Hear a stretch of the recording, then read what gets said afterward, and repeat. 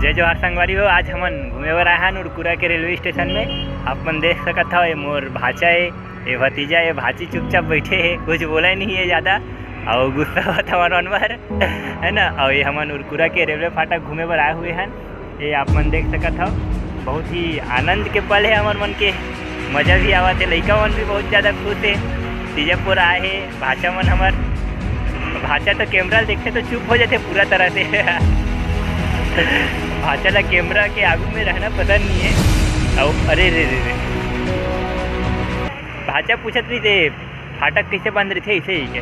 तो आपने बताई थे कि मतलब ओती बल ले ट्रेन आ जही और एती बल ले ट्रक चल रही दोनों के टक्कर हो जही ऐसे ही के। तो हमार भाचा लात मार दी, तेरे न ट्रक ला लात मार दी कहत रही थे। तो फिर हमन कहन कि तोरो बात सही है ऐसे ही के। हमार भाषा भारी होशियार है वैसे।